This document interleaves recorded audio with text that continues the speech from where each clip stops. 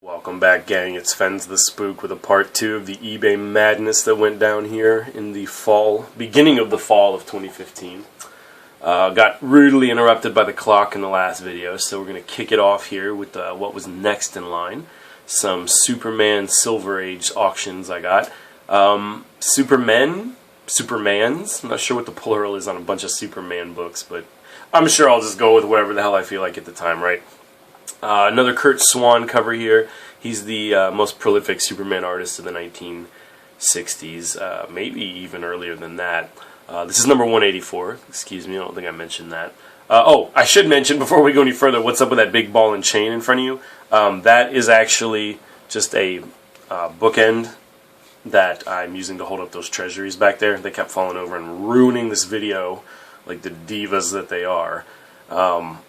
It's actually just a cool little, Mace Morningstar kind of bookend that my grandparents left me when they died. And, I thought if I got to use something to hold it up, that's probably as cool as I could get, right? So anyway, back to the Superman, guys. Another ridiculous cover. Superman being burnt under this red sun like a witch. Like I said, Curt Swan cover. Got a little bit of overspray there at the top. This one's probably a fine, I think is what the guy said it was. Right on grade. I think that's right. That's right on. I don't know how much better you can see. I really screwed up with the glare in a different time when I was trying to shoot this video, and I just had to back it off entirely. Like, I totally ruined it. So, kind of hesitant to do it there. Still haven't found a super good way to do the lighting. Anything sheathed in a high-grade shiny plastic, I think you're going to have trouble.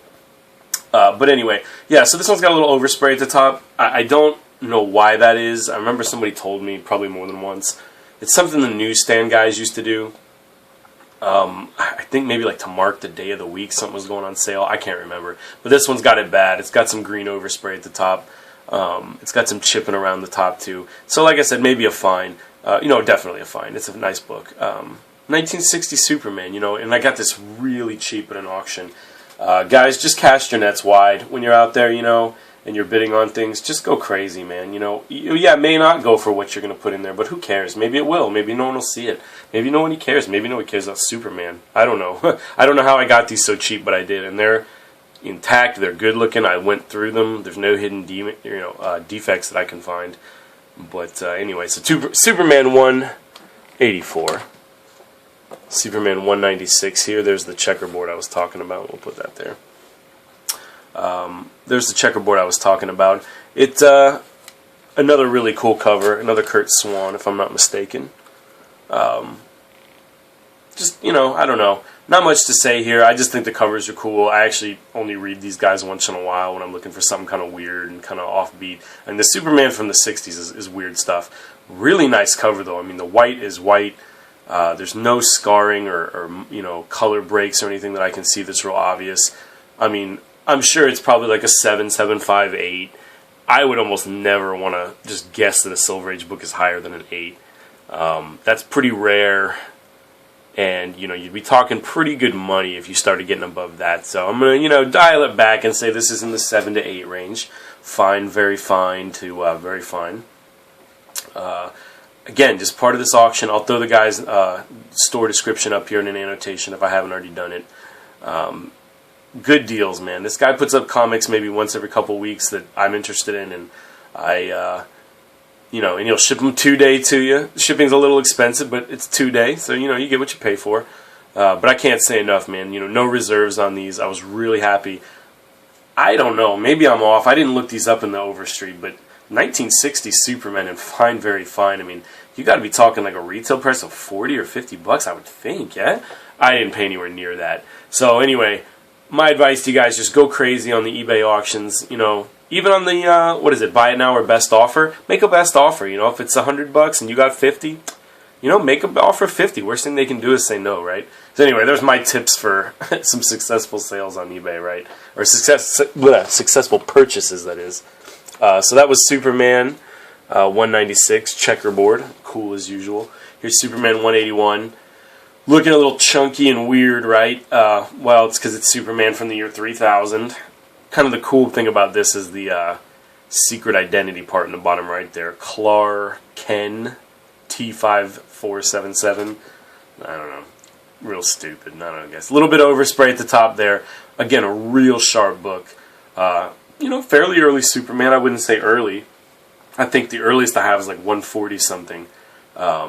Beyond that, it starts to get quite pricey. You know, and understandably so. But, you know, these are real sharp books. The overspray doesn't really affect the grade too much until you get into the high grades. They can even have like pencil, you know, like grease pencil dates and stuff written on them or stamped on them. And Overstreet and CGC don't seem to care about that until you get to the real high grades. They're just kind of considered part of the book's history or something. They're not considered defects. I don't know. I usually get upset by that stuff, but a little bit of overspray never hurts. But anyway, there's the 3 Superman. Great deals. Happy to get that stuff. There's that Weird Tales we ended with last time, so we'll go ahead and move all that stuff. You've seen all that. Here, let me grab those before they fall, which they already did in another video. Here are some Spirit magazines I got. I got a lot of these, or a lot of Spirit magazines, not a lot. I bought a lot of them. A bunch. A set, whatever you want to call it.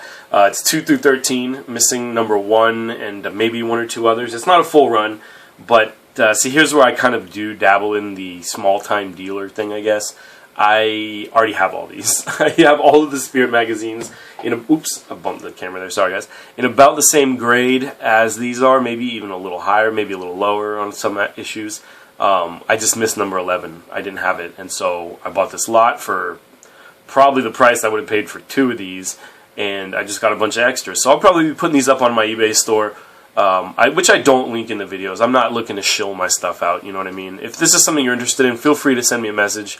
You know, we can do something through eBay, but that's not really what's up. They're not up there now. They'll be up there at some point, you know, whenever I get around to listing them. But yeah, you know, that's the cool thing, guys, you know. If you see a lot with stuff in it and, you know, you only want some of them and the price is good to where you know you can get it, sell the others and kind of pay for the stuff you did want, like, absolutely go for it, you know. The entrepreneurial spirit, right? I have a real soft spot for Will Eisner art. We'll probably do just an entire video one day on the spirit and all the cool stuff. So I don't want to linger too long, but just, I mean, this stuff is out of control. This art is just absolutely out of control. I love Will Eisner. Hang on one second, guys. Alright, guys. Sorry about that. Had to go silence some noisy animals for the sake of my video, right? Anyway, so yeah, the Spirit magazines here that from the Warren, you know, the same guys who did the Vampirellas and the Creepies and stuff. These are kind of the cheaper end, you know. The Spirits are pretty affordable. I think because they're reprints. They're reprints of the Golden Age stuff. Will Eisner's just got a real Disney-like quality to his art. Which is kind of interesting because his signature's got a real Disney look to it as well.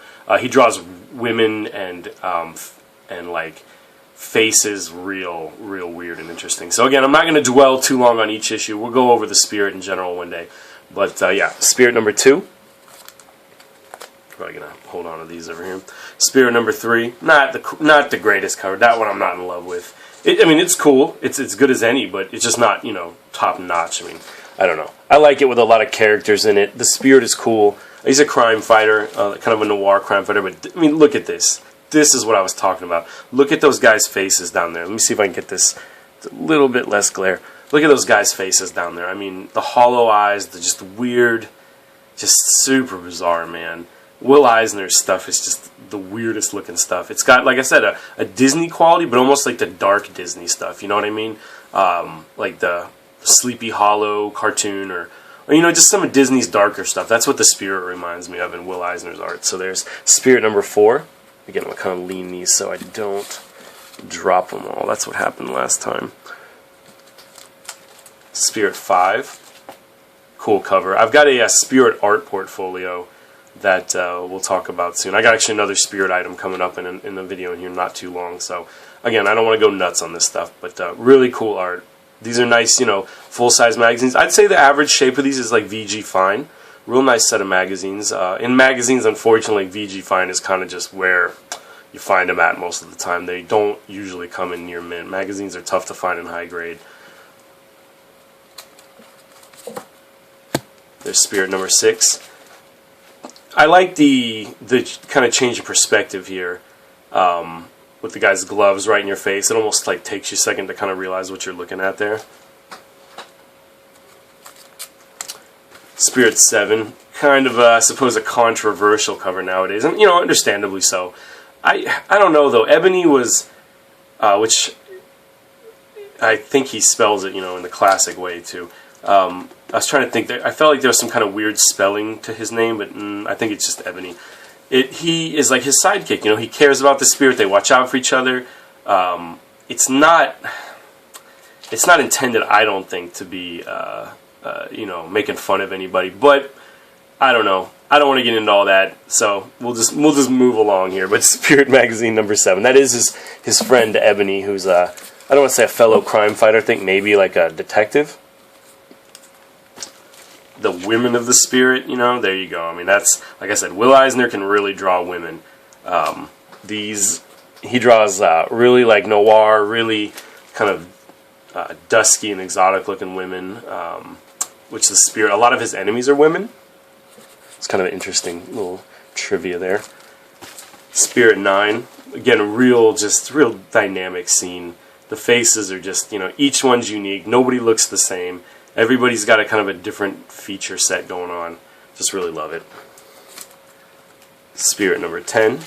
Almost like a painted cover there. I'm not sure that's Will Eisner drawing that, to be honest with you. I'm not sure if all these covers are Will Eisner or just, a Will Eisner tribute.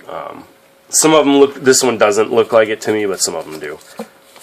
Oh, I almost lost it there. These magazines are a bit slippery. They're not in Mylar, so they're in your standard ones. Spirit 11, this is the only one I didn't already have. So another cool femme fatale cover there. And the last one, Spirit 13. So yeah, again, I'll do an entire video on my Spirit collection. I got quite a lot. We'll go through these maybe a little slower next time. If you're interested, you can check that out. But just kind of doing an overview of the eBay stuff right now. Which brings us to the Treasuries. Give me one sec to tidy up here just a moment. And I will release the Treasuries from their ball and chain. These things, maybe not entirely. Nope, see, there it goes. There they go. These things are notoriously tough to keep standing up. My tip for you for Treasuries is to store them between your long boxes. They don't come in good shape very often. These are all probably VG to fine, because they just fold over under their own weight. And these were, made in the 70s and stuff. And people didn't have, I don't even think they had Treasury bags and boards when these came out. So to find these in absolutely wrecked condition is pretty common. I got a nice set here, again, on what I would consider a steel, basically. And they're just reprints. Like, this is Sensation Comics number 1, which isn't first Wonder Woman. It's the second Wonder Woman, I think. I think it's her first cover, though. Her first appearance of Wonder Woman is All-Star Comics 8? All-Star 8 or 9? I think it's 8. And I think this is the continuation of that. But yeah, this Golden Age stuff, I don't have the money for this kind of stuff. Maybe one day, but not now. So I like to get these Treasuries. I think these blow-ups are cool to read. I like, again, they're not in the best of shape. These are actually in a little bit better than average shape, which is why I was kind of wailing there when they bent over. But I had to get them out of the bags and boards because they wouldn't stand up at all. But yeah, these are cool. They have, Golden Age interiors. I'll kind of go through these quickly. Run out of time on this video here. This is actually the second Shazam one, probably the goofiest one for sure. That's from the TV show, which I've never seen. Probably not looking too quickly to go see it either. Big Shazam fan. The inside is Shazam Comics, but there's another Shazam Treasury I have that's actually a little bit cooler than this, but that's a nice one. But yeah, these are nice reprints of like Golden Age comics in a real oversized, nice format. This is the one I bought the lot for, though. This is the one I wanted the most. The Bible oversized. Never seen this one. It's not rare or anything. I've just never seen it. It's got a Hubert cover. Kind of hot to get into this. I haven't even read it. I'll probably crack it open here. These are cool to read. Very handleable type books. I think they were, I don't know if they were popular back in the day, but I sure like the heck out of these Treasuries. And then the last one was the Action Comics. And, these used to be worth a little bit more than they are. These actually have come down in price. If they're nice high grade, they're worth a lot. Because, again, like I said, they don't come in high grade. But anyway, I'm going to wrap it up here, guys. So this is Action Comics #1 reprint.